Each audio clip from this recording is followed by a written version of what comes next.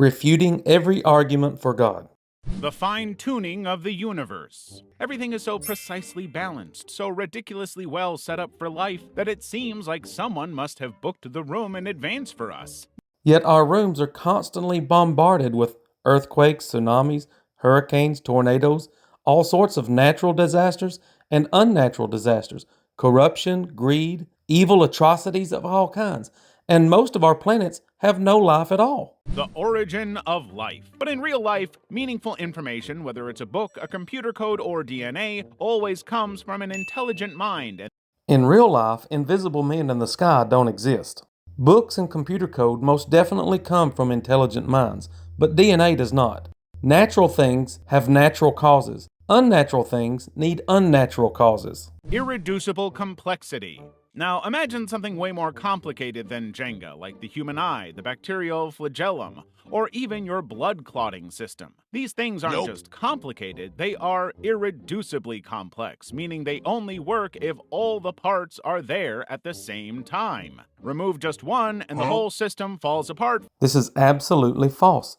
We have many species of animals alive today that have varying degrees of eyeball evolution, and the human eye is not even the most highly developed eye. The existence of laws of nature. So, the universe as you know it runs on a strict set of rules which are the laws of physics, mathematics, chemistry, and thermodynamics. And energy can't be created or destroyed, only transformed. Which means you can't just conjure energy out of thin air unless you're a wizard.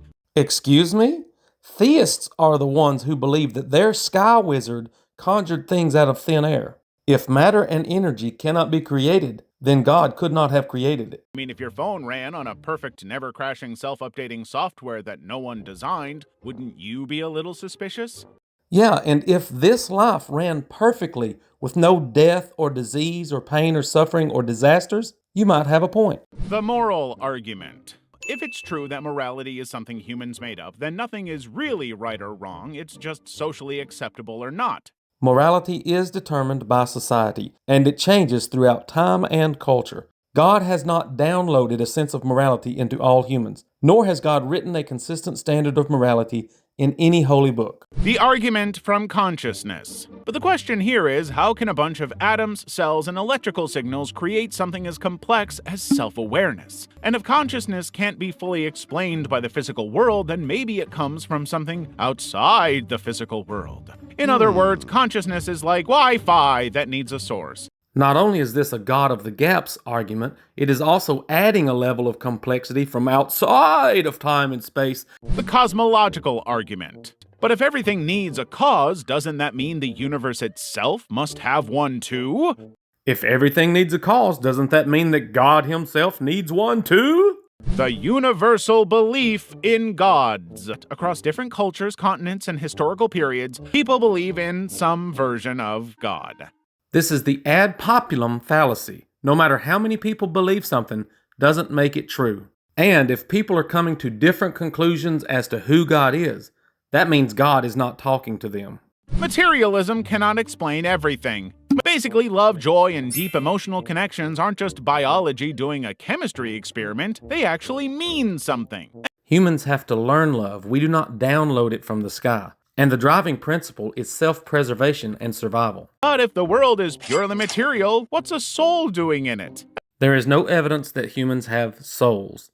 Again, you are adding complexity with no justification or evidence. Prophecies fulfilled.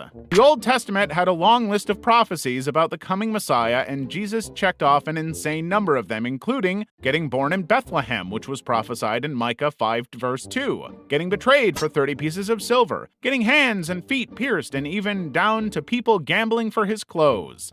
All you have to do is read the context of those Hebrew scriptures to find out that none of them were about Jesus. The Romans just reinterpreted the Hebrew scriptures to fit their agenda, related to the destruction of the Jews in war. The Bible also predicted the destruction of major cities, sometimes with details so specific it's like an ancient demolition notice. The Bible never predicts the future, ever. They simply wrote about the destruction of the cities after the city was destroyed, but pretended God told them about it before.